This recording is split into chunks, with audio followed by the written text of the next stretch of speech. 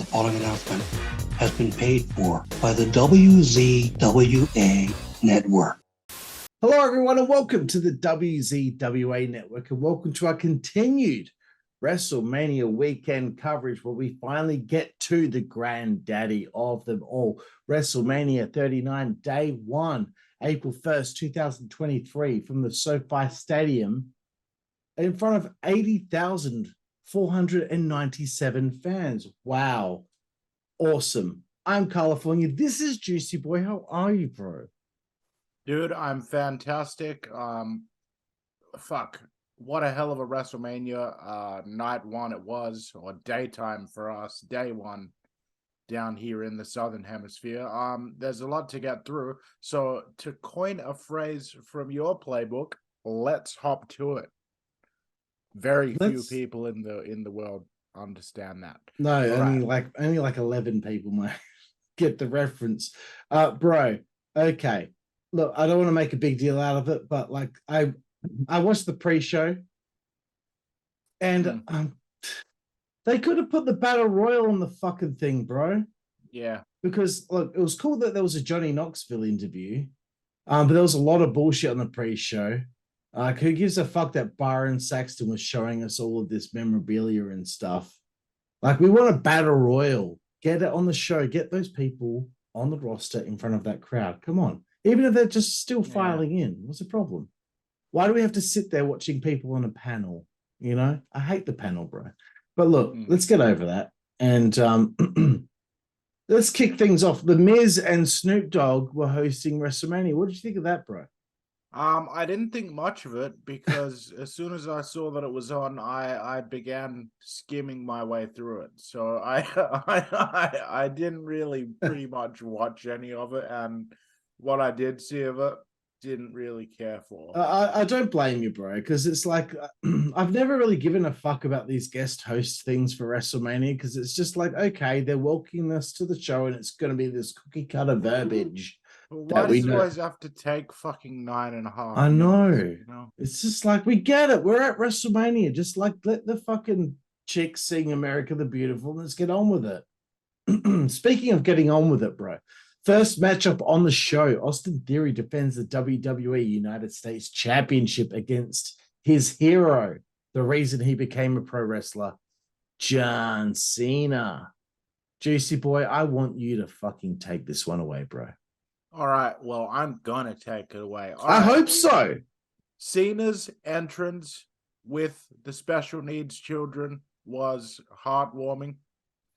As someone in my day-to-day life that works with special needs people, to think about what it must have meant to those kids to be there on that stage and have that experience just really put a big smile on my face and warmed my heart, and I liked it. I thought it was a simple, understated, but very classy way to make an entrance. You know, at this point in his career, it's more special for him to just share that moment with these children than it would be to have an elaborate entrance centered around himself the way that he might have done in the past. Moving on to the match itself, I think this was a great choice for the opener. Obviously, it was deliberate, being parallel to Cena's very first WrestleMania appearance, which was also in a United States Championship match, also as the challenger, although in this case he did not win, as we'll come to see. I loved the ear-biting spot. I thought that was a real nice desperation, classical heel spot. It really came across as though Austin Theory was not so much playing a chicken shit heel, but more he's got a game plan that he wants to execute, because he is that shrewd, intelligent type of wrestler, but he's also in survival mode because John Cena is such an overwhelming opponent to him. The pacing of this match was really well done. The fact that Theory wasn't overwhelmed by the size of the stage, and he took the time to actually slow down and pander to the crowd and do the heel work with him, he gets it. He is a pro. He is like probably not comparable to MJF in many ways directly, but he's like the WWE's answer to MJF in that he's like this young prodigious kind of talent that has a real advanced mind for the business considering his age. You know, I thought that this was just a classic heel and versus babyface match that, again, they worked the match in accordance to their position on the card. They're there to open the show, get people excited, but they're also the opening match. And this was just a nice, classic wrestling match. It did take me slightly by surprise that Cena lost in the manner that he did. I think that surprised a lot of people in the audience. I thought it was the way that they did it. They have left it open for a return match if they want to in the future. And either way, it's a great win for Austin Theory. I love the fact that he pretty much just as a dastardly heel cheated his way to victory. John Cena took him lightly based on the promo that he basically eviscerated Austin Theory on the mic last week on Raw, a couple of weeks ago on Raw, and we see why he buried him verbally so much in light of the way the match has gone. It's now shown here as this is programs concluded, Austin Theory was underestimated by John Cena and he paid the price for it. I gave the match a B-. I thought it was a decent way to start the show. Wonderful, bro. Yeah, you roll the dice, you pay the fucking price. I was watching this on our Discord. It was so fun being able to watch it live and have a couple of the guys from our Discord chatting along with me. So I wanted to give a shout out. You know what? I'm going to find their names. John Diggory was one of them. And I gotta give them a shout out, man. Like that they were there the whole fucking way, all day long. That sounds fun. Ty Law. Yeah, and I'm sure they'll be there again tomorrow morning. And I know that ZTP popped in for a second as well. But you know, it was really cool. And Darkly Eric also popped in for a second as well. So thank you guys for joining me for the Discord chat as we were watching the show. So yes, Austin Theory, John Cena. It seemed weird to me. It felt weird watching a John Cena match because it just felt like I hadn't seen one in so long. And there were so many spots in this match, but the spot that I was noticing the most was John Cena's bald spot. And I can say that because I'm bald.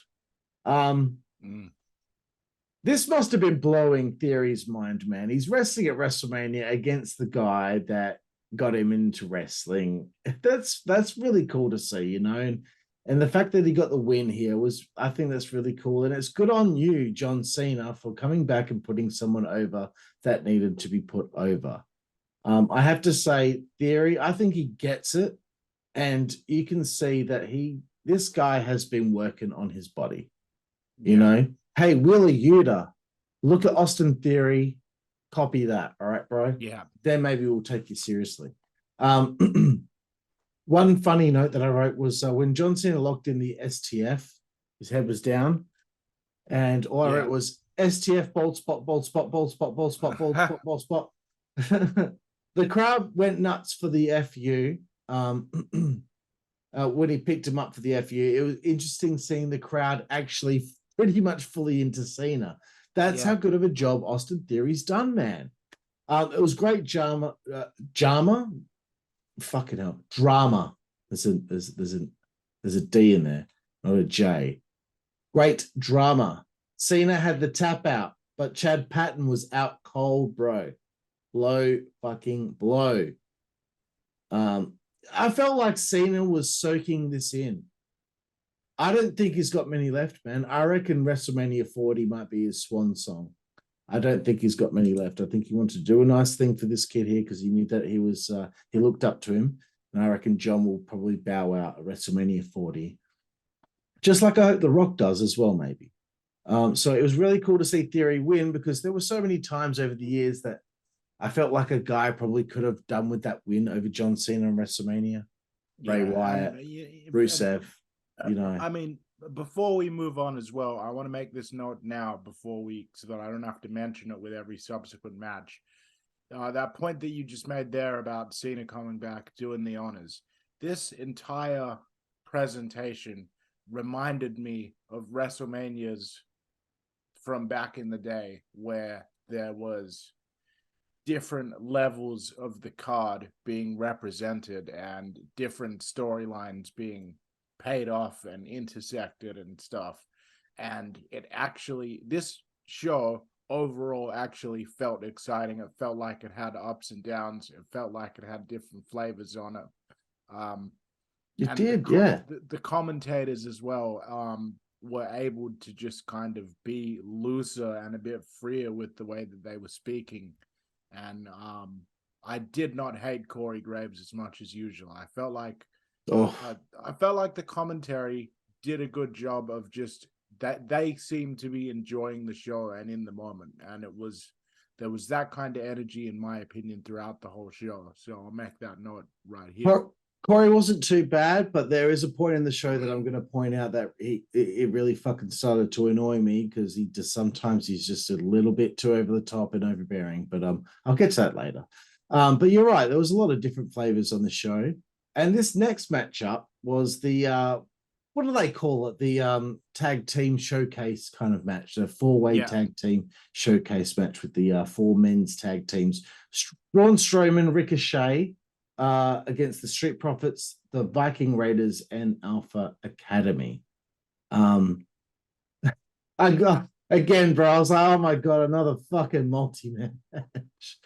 But you know what? This match had no business being as good as it was, and it was really fucking good, man. I was laughing at it, like, because I was popping for it. You know what it reminded me of?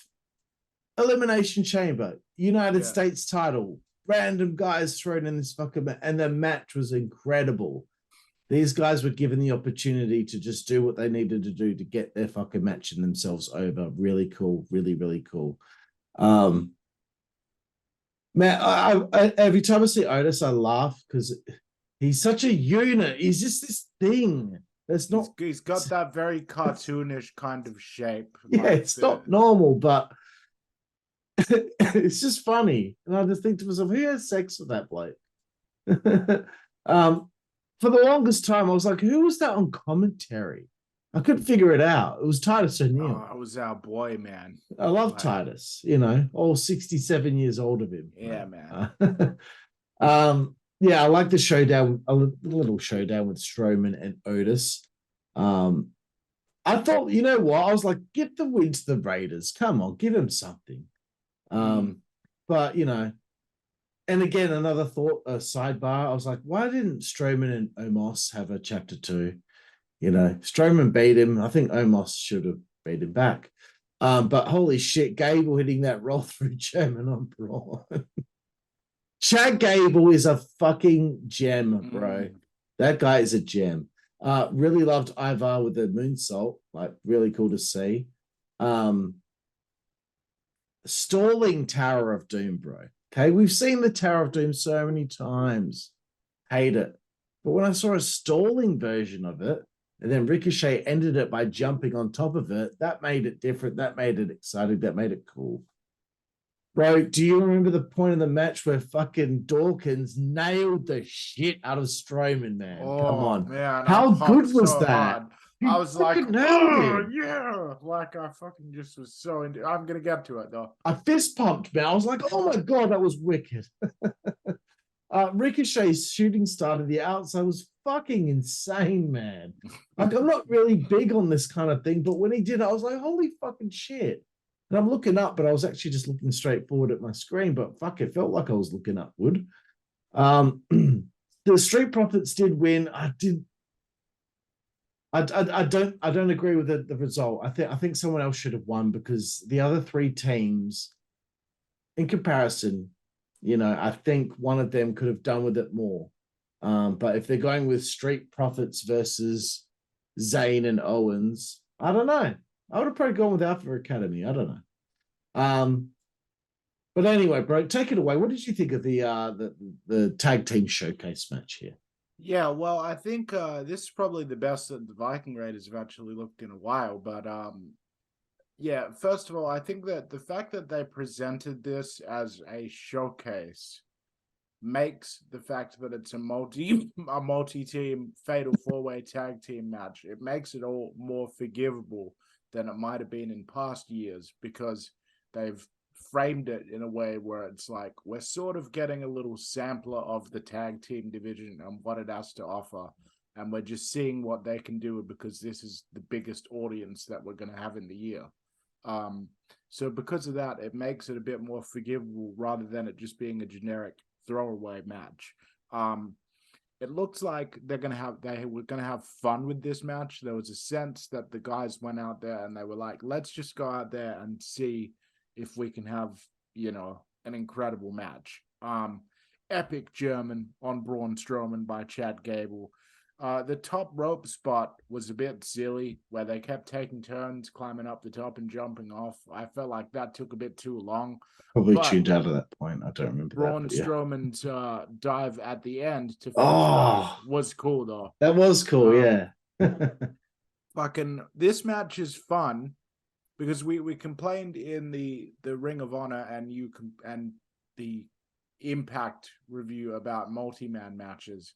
This tag team multi-man match didn't suffer from a lot of the things we complained about because it was done at a pace where you could still keep up with what was going on. Titus O'Neil on commentary, working for me, brother. Angelo Dawkins stopping the Strowman Express dead in its tracks, and Titus O'Neil's reaction to it was just amazing, man. Wicked. Titus popped so much, like,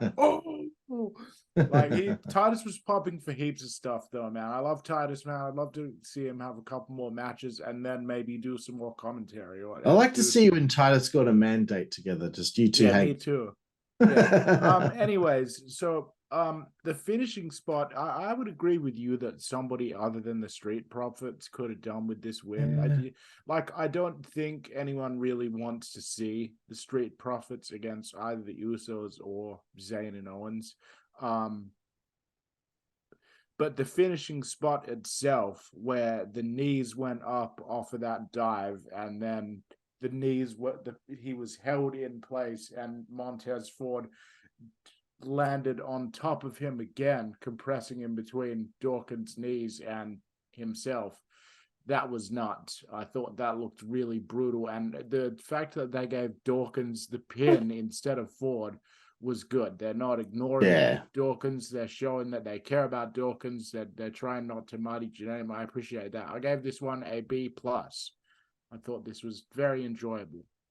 Very good, bro. I kind of feel bad for Carl Anderson and Gallows. I know AJ Styles is injured at the moment, but they got brought back and they've probably been promised that they're going to get some good shit. And I just feel like they haven't had any good shit since they've returned. I'm sure they will, man. They did the thing with the Judgment Day, but I think they lost the match. Hopefully they get, and Imperium as well. It needs something fucking good. Anyway, let's move forward, bro. Logan Paul taking on Seth Rollins. Burn it down. I hate the fucking theme song and I hate the crowd chanting along. Bro, take it away. What did you think of this one here? Extravagant fuckhead entrance for Logan Paul as expected, but I popped for it because it works for his character. Logan is a genuine star. No matter what he might be like as a person, he's just a genuine star in terms of himself as a performer. Seth Rollins also comes out dressed like a cartoon character on an acid trip, and I'm down with it. And so both of them are just trying to out flamboyant each other. And they're kind of the way that the story's been framed is interesting because Logan Paul is this worldwide celebrity. And the story is sort of framed as him and Seth Rollins trying to out douchebag each other. But in this case, Seth Rollins, because he comes from the world of wrestling, is our douchebag. So he's like representing wrestling, at least, against this outside douchebag. And it makes for an interesting dynamic. Logan's training with Shawn Michaels continues to pay dividends every time he has a match. The kid is smooth. Everything he does is just... he seems to understand the psychology. Like, honest to God, it does seem like he directly understands the motivation behind the stuff that they're teaching him and helping him do. in these matches. The body shot that he hit Rollins with early on to take control looked amazing. It looked just like one that you would see in an actual boxing match. Props to both of them for that. It's nice that the commentators, once again, are allowed to speak naturally and just be themselves. Logan Paul just jumped without a run-up onto the top rope, straight off the mat floor. Very impressive. The stomp on the steps to Logan Paul's hand was a very cool spot, tying into the knockout punch and that as a danger to Seth Rollins.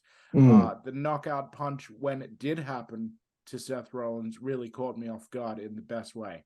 I popped for the Prime Energy mascot bailing Logan Paul out because it's WrestleMania. It's like the biggest wrestling show ostensibly of all time. And this fuckhead that's dressed as an energy drink is literally interjecting themselves in this multi-million-dollar event and like interjecting themselves in this important match. I popped for it being revealed to be KSI, even though I'm not really a fan of KSI. I just think the fact that they went to the effort of that detail popped me. And then I subsequently popped at an angry Logan Paul directing traffic with this bottle, with this energy drink bottle. So stupid. I popped that I could hear KSI in the camera going like, you mad, bro? You mad, bro? What? You mad, bro? Right before Seth Rollins then pulled him onto the announce table to take. And he got fucking nailed. Yeah, and he got destroyed. This big bottle got frog splashed through the table. At this point in the show, I was thinking this could very well be a show stealer. It was an awesome match. I gave it an A. Like, this was a very good match. It was good. It was, but it was to be expected, really. We see what Logan can do, and you knew that putting him with Seth was going to end up being something really special. I predicted a Seth win because I read the other day that his Logan's contract was up, so I was predicting a win for him. Logan, look, the props has got to go to him, man. He's done so fucking well for his experience level. I don't really want to go through all these notes about what this happened and that happened in the match, you know. But in the Discord, we were all like, I think, God, I keep forgetting his name. Tyler. He kept on saying, like, do you reckon someone's in that bottle? Someone important's in that bottle? We were all like, maybe it's Jake Paul. That would have been cool, but Logan was going to lose the match. That's probably why they didn't put him in there. And the KSI was going to be the one that was going to get fucked up. I love the part where he threw Logan in the ring, hit a pedigree, got the 2 count. Immediately, like, as this match is nearing its end, I'm like, they're already nailing this WrestleMania, man. They're nailing it. The big froggy from Logan, 2 count. You know, we got these near falls, but then we get that fucking stomp on Logan Paul, and Seth won the match.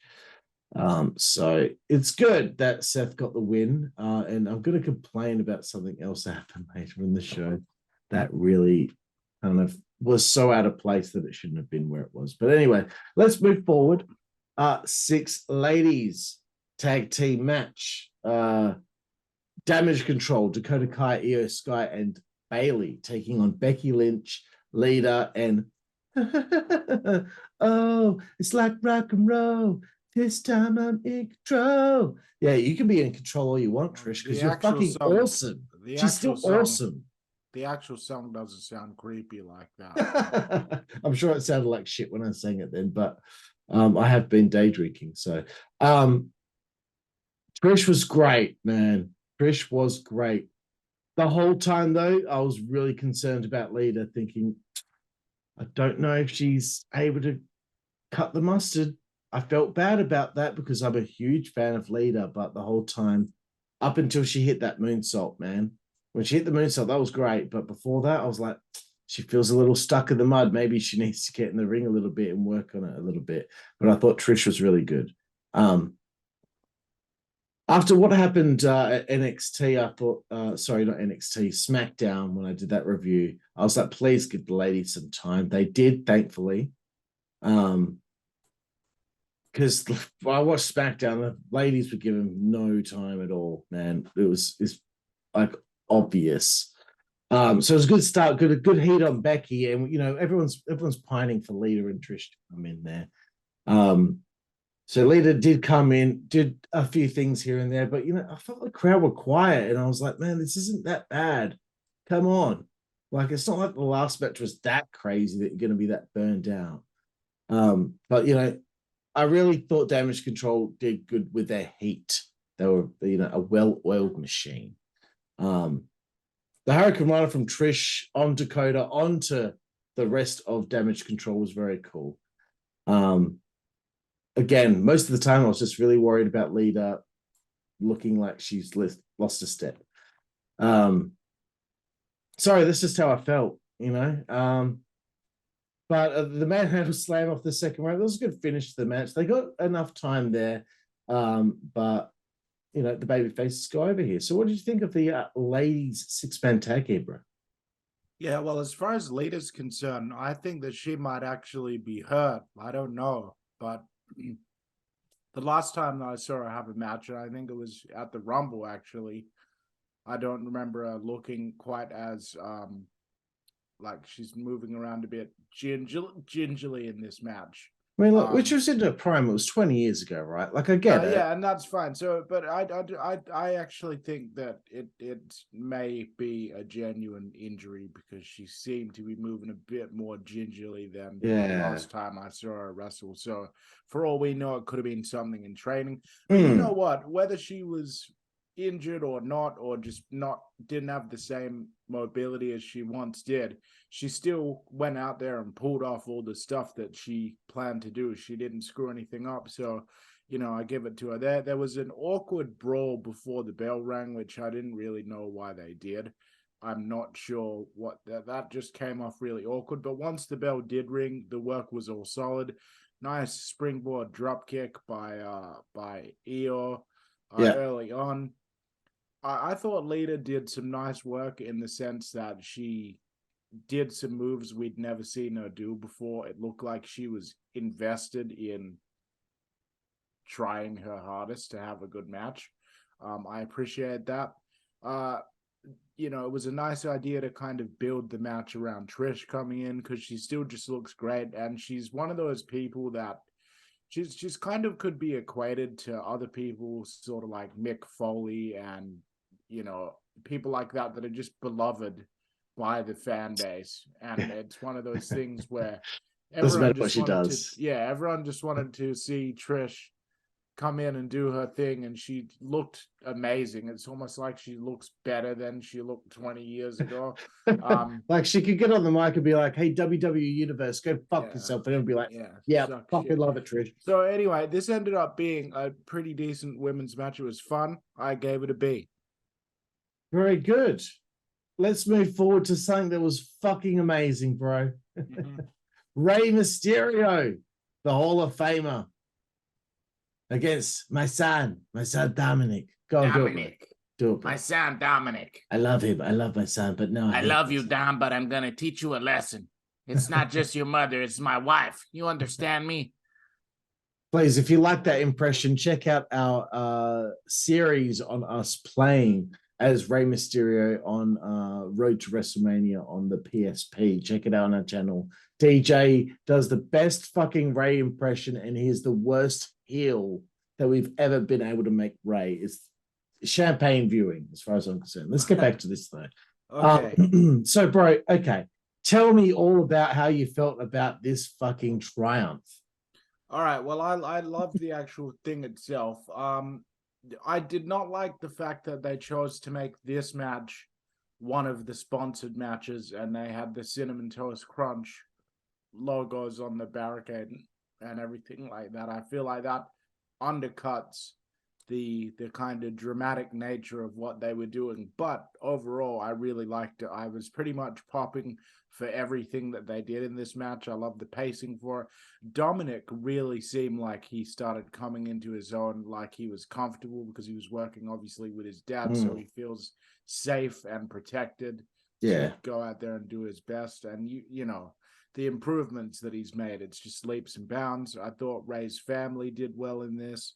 The highlight of the match for me was actually the alley-oop reversal into the Oh yeah, turnbuckle. good shit. That was just fucked. It's like I love Dom's like attire that he had for Mania as well. I'm really into it. I was into it. It was more intense than I thought it was going to be. The LWO, like the Los Lotharios doing like the new version of the LWO and it being called LWO popped me. Like it really popped me when they came out. This match ended up being awesome and I gave it a B+. Wonderful, bro. How fucking good was Dominik's entrance? He's so good at portraying that little prick that you just want to see his dad fucking just hit him, just nail him. Love the entrance. Thought it was funny that he was wearing his dad's mask. He's such a little prick, man. Like, that's what I love about Dominik. Like, my friend Kevin said to me today that Dominik is #1 heel in the business right now. And I don't, he's not far off it because, man, you want to. It's like Shane McMahon in like 1999 when everyone loved seeing Shane get the shit kicked out of him by someone. Yeah. Shane's a pussy. Like, that stuff was great. Fuck, man. Like, I was laughing so much with Ray's making his entrance in the lowrider with Snoop Dogg. Like, could there be two more cool guys in the fucking lowrider and Ray and Snoop Dogg? Really cool. I really loved Ray telling Dom off as they was having their stare down. And he was dominating early because clearly, no matter what Dominik does, his father knows more. And that was telling a story right there. Fucking, again, love the bit where he pulled out a belt and whipped his son with the belt because that's just what he fucking deserved. That's the kind of comedy that's funny because they're not trying too hard to be funny. But Ray thought ahead of time. He's like, I'm going to whip him with the belt for being a little shit. I really did love the spot with Dom throwing the drink in his sister's face. It's just, he's getting the comeuppance soon, so let's just make him as disgusting as possible. And I thought to myself, you know what? The family are going to love laughing about all of this come Christmas time, when they're all around the table and they're like, hey, Dom, how good was it when you threw the drink in Aaliyah's face? Dad? No, it was good. It was good, son. This might be the apex of Dom's career. I was thinking, like, shit, where does he go from here? Like, do you think Ray should have won? Should have Dominik won? Like, it's a tough one, isn't it? Like, after everything Ray's endured, he needs to win, but where does Dom go from here? I think it was the right decision. I think it was the right decision to have Ray win. Because do you do a rematch? Does Dom win in a rematch? Not necessarily. It's because Dominik's still really early in his career, and he's been overtaken by, all of this Judgment Day business that's sucked him in. So I think it makes sense that even though he's been full of all this bravado and all this bullshit, he still ended up losing because he still actually doesn't have the fighting spirit or the knowledge of his father. Right. Yeah, fair enough. I guess it might be kind of like when Randy Orton first faced Triple H after he won the World Heavyweight title and he lost the belt a month after winning it. Some people aren't ready for that spot yet, brother. Well, that was just Triple H. Like that was just Triple H being the with Triple H. Yeah. So yeah, I love the running buddies coming in the LWO. Maybe this will lead to Legado del Fantasma having a feud with the Judgment Day. That might be cool for the young team to get in there with the Judgment Day and be prominently featured. I had this thought, bro, and I bet you agreed. I bet Damian Priest, if he's single, I bet that guy gets so many chicks. I bet so many chicks are like, oh, look at him. Check that out. Good on you, Damian. I'm jealous, bro. Yeah. I look like me. Juicy Boy looks like Juicy Boy, but you're Damian Priest, bro. Sick. Congratulations. Love Santos Escobar owning Damian. Sorry? Damian Priest used to look a lot different before he lost all that weight and stuff, bro. Oh, really? Well, I hope he reaps the rewards. Yeah. Lovely seeing Ray beat Dom. Dom's such a little shit. I loved it, bro. Let's move forward, okay? SmackDown Women's Championship. Charlotte Flair versus Rhea Ripley, Australia's own Rhea Ripley. First time. Sorry, hang on a second. I'm trying to understand what I wrote here. First time all women are doing this and that, but not coming. Oh, right. Okay. Yeah, Cole was going on about the fact that this is the first time ever there's been two women in a match with a female referee and a female ring announcer. And I'm like, Cole, neck a dick, bro, okay? We don't care about your fun little facts, okay? Right, just let it be. We don't need to make a big deal out of it. Jessica Carr's been down for a while, and she's a fantastic referee, and she certainly does a better job than Aubrey Edwards. I knew this was going to be good. I knew it was Rhea's time to win the belt and have a run. She can't go 2-0 against Charlotte at Mania. There was a counter in this match with the Riptide into the DDT, which is fucking ferocious. Fuck. Really good. Huge German off the top rope for a 2 count. Look, I didn't write that many notes. I just, I thought that this was a fantastic women's match, and it was time for Rhea to take her ascent. Lots of near falls for her. She's done us proud, man. The match was strong, dramatic, wild, passionate. And I just think to myself, what else is there for Charlotte to do? I don't know. Like, if I was her, I'd be starting to get a bit bored. She's won the belt 14, 15 times. I don't know how many, but what else is there for her to do, to sink her teeth into at this point? I wrote that maybe she should retire at some point, but she's still like really good. So I don't know. It's a fault of, giving people world title reigns so early on, and they've already hit that apex so early on, and she's accomplished everything else. But bro, what did you think of this? And what did you think of, what I had to say then about Charlotte?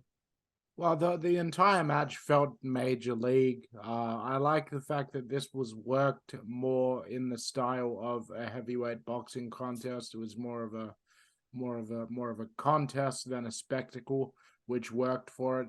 The Riptide into the DDT counter was epic. This entire match was a lot of fun to watch. It was physical. It felt like there was a sense of desperation and a sense of anticipation throughout the entire match. The false finish off the first Riptide really got me. Epic spear by Charlotte. Like the spot into the ring post that knocked Charlotte out was epic. Great finish, really well-deserved win for Rhea Ripley. I gave it an A+. It might have stolen the show for me. It probably did. I really, props to both ladies. I got a lot of respect to Cole for saying openly on the commentary that this was probably one of the best matches he'd ever called in his career. Like, as soon as it had finished, he sat there and you could hear it was genuine in his voice that, he's like, I've been doing this for 20 some odd years, and I think, like, I've never seen a more physical, like, intense women's title match. And, that's, people don't like Michael Cole, but that is a very high compliment for a guy that's seen so many matches that they probably all blur into one another. So yeah, this is essentially going to set the bar going forward for women's wrestling, at least as far as main event title matches. Cool, bro. Ty Law from our Discord made this comment. Rhea was the first Australian to be a Grand Slam champion, being Raw, SmackDown, NXT, Women's Tag Team, and NXT UK champion. So that's a pretty cool little accolade for her.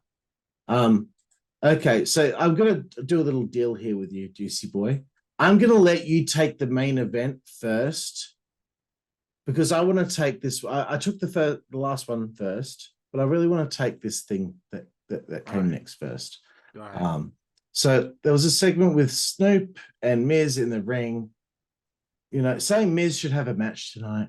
Miz said that there's been an open challenge for weeks, but there hasn't really been. And I was wondering, who could it be? Who could it be? Is Goldberg going to get his last match? No, that probably wouldn't get the best reaction. But Pat McAfee came out, and I thought to myself, not sure about it this time. So all of a sudden we get the Miz versus Pat McAfee. Pat hit a very cool span on the pan, but I thought to myself, I want the Miz to win. And what annoyed me the most about all of this is Corey Graves was acting so fucking livid about the whole situation. Corey, if you're so fucked off, go interfere. If you're going to be so fucking annoying about it, then be a part of it. Organize to be a part of it and be a part of some sort of angle where you're going to work with Pat McAfee or something. If you're going to be that fucking annoying when you're trying to concentrate on the Miz and Pat McAfee having this brawl at ringside, you're so fucking distracting. Shut the fuck up. God, like, I can't believe that Wade Barrett didn't even get like a couple of matches on the show. Like, Corey was great most of the show. That's why I was saving it for now. Corey really fucking just was too overbearing in this whole fucking thing. Like, we get it, bro. You're being a heel and you're outraged about what's happening to the Miz. I wasn't into it, man. Like, nothing against Pat McAfee. I really loved what happened last year, but like, okay, that like, it's over, you know. Like, okay, we saw Bad Bunny wrestle the Miz a few years ago, and the Miz lost to him. When I saw Bad Bunny come out in the Rumble, I'm like, I don't need you. Like, once is fine. Pat McAfee, as far as I'm concerned, once is fine. I don't need to see him beat the Miz. I don't need to see the Miz lose to Logan Paul. I don't need to see him lose to Bad Bunny. He's in that spot now where he's losing to the fucking celebrities that don't wrestle full time. And I think I can't believe I'm saying this considering how much I hated the Miz back when I was younger, but he deserves better as far as I'm concerned. Pat with a punt and wins. I just thought it was a waste of time, and I did not give a shit. So I'm sorry. I just wanted to get through that. Juicy Boy, what did you think of this whole thing? Yeah, this thing stuck in my craw a bit as well. I understand that you need something to kind of act as a buffer before your main event and calm people down. However, that doesn't mean it has to be crap. Like, when he was like, oh man, Miz, you need a match, I was thinking, no, he doesn't, because he's wearing a suit and stuff like that. Don't put him in a situation where he has to be made a fool out of again. Because I'm sure he doesn't take himself too seriously. I mean, his legacy is well and truly secure at this point. Yeah. However, it's just like you said, it's just, you don't need to keep beating it into the ground that the Miz is this guy, you know. So they end up and then the opponent ends up being Pat McAfee instead of somebody else from California that's got a reputation like it. It could have been fucking, I don't know, Tyson Fury, I don't know. Yeah, fucking to someone that's like anyone. It didn't need to be him again. That's all my point was. It's just like, why wasn't it Bobby Lashley? Why wasn't it Bobby Lashley? Why was it LA Knight? Or LA Knight, there you go. It's fucking Hollywood. They're in fucking Los Angeles. Bro, I was watching the Battle Royal yesterday and he was so fucking over with the crowd and he got eliminated, you know? All right. So to talk about the match itself, though, I mean, the only thing that was really positive about it for me, because, like, first of all, the load had been blown on Cole being all excited about Pat McAfee showing up at the Rumble. You know, it didn't have the same kind of effect when they did it again here. And the other thing is, he shows up, he's wearing a fucking just the black pants, the black tank top with the weird diamonds on him. It doesn't look that impressive. It's now his like third or fourth wrestling appearance in the WWE, and he doesn't have tights and gear, mate, even though he's this very rich football player. I don't like it. I don't like him just walking out there and hopping out in there with a big smile on his face. And yeah, he's been trained by Rip Rogers, but he doesn't look like he's there to wrestle. And it's fucking WrestleMania, and it's 2 years in a row that they've just given this opportunity to Pat McAfee. And I'm not even slamming Pat McAfee for that, because why wouldn't he take the opportunity? But it's just, it doesn't sit right with me. It was kind of amusing, the idea in kayfabe of the Miz having a match at the biggest show of the year, but it's against his will. So he's been thinking, fuck yeah, I'll wear my suit, I'll look good, I'll take home a handsome paycheck because I've been the host of WrestleMania this year. You know, I'll sit in the back when I'm not on with Maurice and I'll watch the show and I'll drink champagne, you know. And then in kayfabe, no, he's got to get the shit kicked out of him. But because it's Pat McAfee, it didn't have that comedic effect. It just looked like this whole thing was a waste of time. I gave it a D+. It was the lowest rated thing I put on the show. I understood why it was there, but I would have much rather have just seen virtually anything. Like anything. You could have had MVP come out there and have a standoff with Snoop Dogg and be like, man, like you think like you're the most gangster motherfucker in fucking Long Beach. Like he's like, man, MVP's in fucking California right now. So you know what you're gonna do, and they could have done something with that. He could have like done Snoop Dogg hit him with a fucking backhand bitch slap, and like MVP actually gets knocked out from it or something like that. Because he's just a manager. And Miz is like an active wrestler, you know. Like, does he have to keep losing to these fucking celebrities and shit? I just don't think it's And it's the bloom is off the rose. Like it's now already not interesting. I think that this was a misstep by the creative here. I just wasn't into it, man. Like it's nothing against Pat. I think he's great. The fact that he's like so good after just a bit of training, but if he takes it seriously, it's good. But it doesn't feel like he's taking it that seriously. Like in terms of just the way it's presented, isn't presented seriously. It's being you know what it's I know that it's going on a bit, but it's okay. It's presented, you know how in like a sitcom from the 80s or 90s, when the main characters would engage in wrestling in some way, whether the characters are going to go to a wrestling show or they're going to watch wrestling on TV or they're going to talk about wrestling. And wrestling is always shown to be this nebulous thing where guys in colorful tights are in the 3-rope ring, and then anything can basically happen, and you see all kinds of crazy shit happen. Like you will suddenly see the main character of the sitcom come from the front row of the audience and get a pin on the bad guy wrestler because of some shenanigans that happen throughout the episode. But everyone that actually enjoys wrestling as an art form is watching it, and in our nerdy little way, we're going, well, that would never actually happen on a wrestling show. When stuff like this happens and they just have Pat McAfee walk down there, spur of the moment, and have this match at WrestleMania, it's making it look like that's what wrestling actually is. Anyone can just come in and have a match at any time. There doesn't need to be any kind of sanctioning body. You can just walk in, everyone will make a joke about it.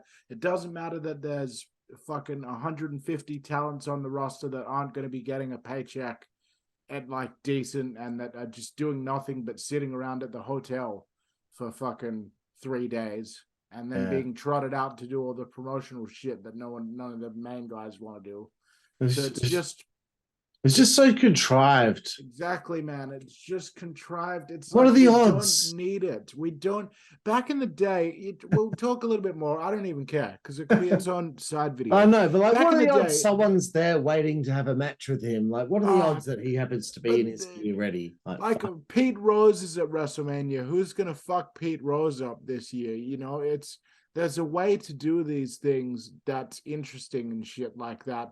This is a way of doing it in a way which is safe but boring as fuck. All right, we should probably move on. I think we spent more time on that than anything else. Well, but it was important to fucking rip it to shreds because it was fucking annoying. Bro, the music performers at WrestleMania are always so fucking shit. I was like, who the fuck is this auto-tune fucking idiot with the stupid hair? I was so mad, clearly. I wrote, give me Limp Bizkit, you fucking dickheads. Disturbed, Papa Roach. I mean, like, nobody's like auto-tune shit. I mean, it's not 2005, bro. No, we need some fucking hard rock, man. Come on. And I thought to myself, that guy, I don't remember what his name was, and I don't care. Pull your pants up, bro. That sounds like a real parent thing, like something that your mum or dad would say about a homie G with his fucking jeans hanging low, and you can see his fucking boxes. Way too low, man. Stupid. You look like an idiot with your hair like that. And I'm just like, how did you get booked? You look like a Nimrod. That's the first time anyone said homie G in about the last homie G, bro, 9.5 years. Let's get to our main event of the evening here. Juicy Boy, WWE Undisputed Tag Team titles. The Usos defending against Kevin Owens, Sami Zayn. The floor is yours, Juicy Boy. Yeah, well, I feel like officially after this match having gone on last, we're going to see a host of those crappy wrestling channels on YouTube that are going to be like, oh, last week at WrestleMania, we witnessed the tag titles change hands in the main event. But did you know that the first WrestleMania was also main evented by a tag title match? Guarantee you there's going to be about 811 of those like out in the next few hours. But in any case, yes, this is only the second time in history that the World Tag Team titles have been put on the line in the main event of WrestleMania. I think we've now had the women main event WrestleMania. We've had a main event, the 2-night WrestleMania. We've had a main event, the 1-night WrestleManias, and now we've given the tag division some respect, and it's getting the main event spot. Yeah, and it's fitting because it's an offshoot of the main Bloodline title angle, which now involves Cody Rhodes. So it's kind of threading those two things together. Getting to the match itself, I did not write too many matches for this because I decided to like have a Billy and just let myself enjoy this match. And I thought it was a very, very good match. It was a blend of a classic pro wrestling guerrilla like indie ROH Zayn and Kevin Steen style match blended with the Usos' years of experience working with every major tag team, basically, that you can think of. And it blended into a very good match. The only thing I disliked about it was that there were too many super kicks in it. Yeah. I understand that the super kicks are the Usos' signature thing, but it does break the immersion just slightly that you can't just do a really big punch or something. You're reaching Young Bucks territory. Don't do it. Well, once he's on the ground, just stomp him. Like, it doesn't always have to be a super kick. You can they could have done a third of the amount that they did. But other than that, it was a really good match. I like that they brought out all the stops. I think that this should give the WWE confidence that they can get away with doing the tag team main event in the future. I really liked it. I gave this tag team main event an A+ as well. Oh, does that get a Juicy Boy recommendation like that? It gets a Juicy Boy recommendation because my own description of it can't do it justice. So go out of your way to check it out because I won't be able to do it justice. Yeah, we get it. Okay. So yes, first tag team main event of WrestleMania since WrestleMania 1, where Hulk Hogan tagged with Mr. T to take on Roddy Piper and Mr. Wonderful Paul Orndorff. With Cowboy Bob Orton. Cowboy Bob Orton, and of course Jimmy Snuka at ringside as well, with Pat Patterson as referee, along with special guest enforcer Muhammad Ali. Yeah, like what special the guest fuck? ring. Talk about an overbooked fucking. Wasn't like the special guest timekeeper Liberace, like, you know. Liberace. Liberace. What the fuck would Liberace give a shit about timekeeping, bro? He doesn't give a shit. Man, too busy fucking dealing with fucking all the awesome drugs and alcohol and fun and sequins in his outfits. Man, Liberace was a sick cunt, bro. Yeah, and if you don't know what that means, everyone out there not from Australia, sick cunt is a massive, massive, massive compliment here in Australia. Yeah. Okay. So man, when Owens made his entrance, great shot behind him. He's walking out. You just see that crowd. And I'm like, man, that must be such a rush walking out in front of all those people. And they all give a shit about you. Like, I have a hard time walking into my own house and having people. that's not true. That's not true. But I look at this. I look at the scale of this, the grand scale of WWE and WrestleMania when I'm really thinking about it, when I'm watching this main event and the entrances. AEW are far off the pace, mate. Everyone out there, look at this show. There's no way they're getting anywhere close. Just the caliber of the talent down to every detail. Like, exactly. Like they've got too much of a head start. You're never catching up, man. Like WCW got lucky at that point in time, but like no one's ever catching them now. Doesn't matter. Vince is not in charge, everyone, because if he was in charge, he would never let a tag match main event WrestleMania. This was great, though, man. Like, it was so good, and I have to give a little bit of a complaint towards Charlotte Flair. whinging about the fact that she and Rhea did not main event day one. Look, it's really cool that we've given the women the opportunity to main event, WrestleMania. Before it was a 2-day event. Now, usually one of the days, the women main event. But Charlotte, it was really nice that the tag team titles got featured like this. So maybe don't say it, because it was just cool that the tag team division was actually elevated, and it made it seem so fucking important. Just like Jooseyboy, the US title being in the Elimination Chamber match, Yeah. it doesn't hurt. And now after this, the tag titles really, felt a lot more important after all this.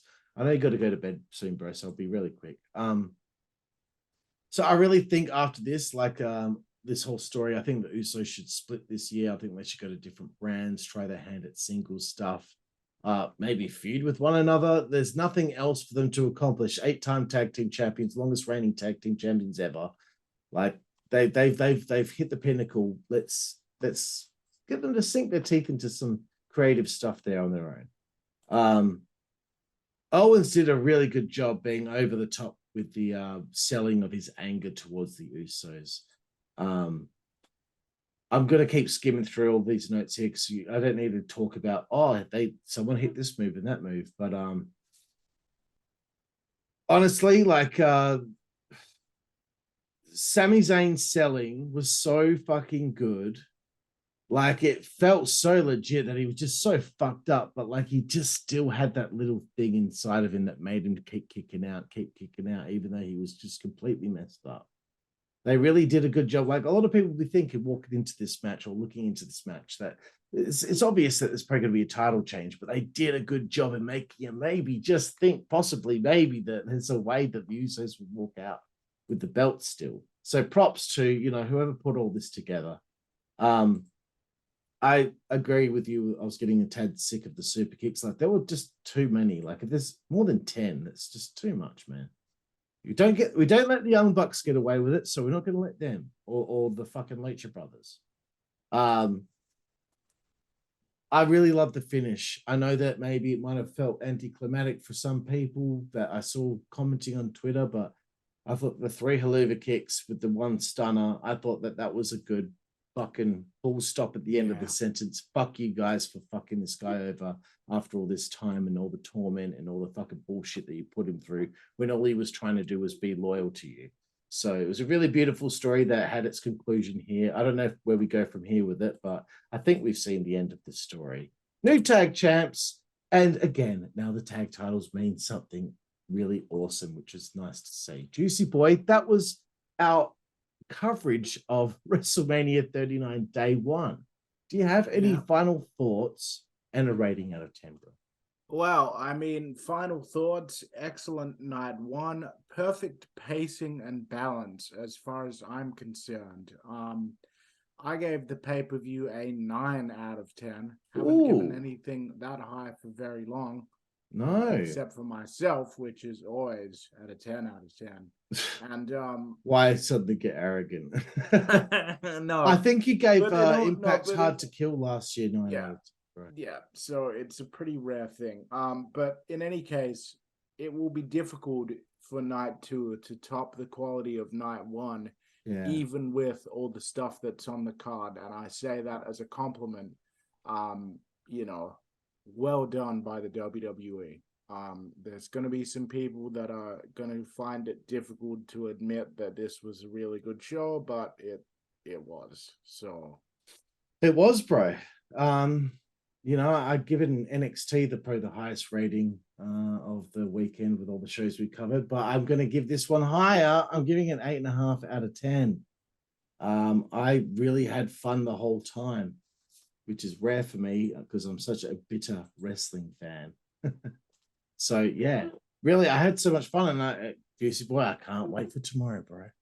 Yeah, let's not forget as well that our work with the network, rejuvenates our interest as well, because we know we're going to have the opportunity to dissect shit if it pisses us off, or praise it if we like it, as we did with this particular event. So that has been the review of WrestleMania 39. Night One Yep. from Hollywood. Yeah. I've been Juicy Boy Yes. alongside Karlifornia Me. Love. Me. And Go on, we'll say it, see you bro. down the road. Excellent.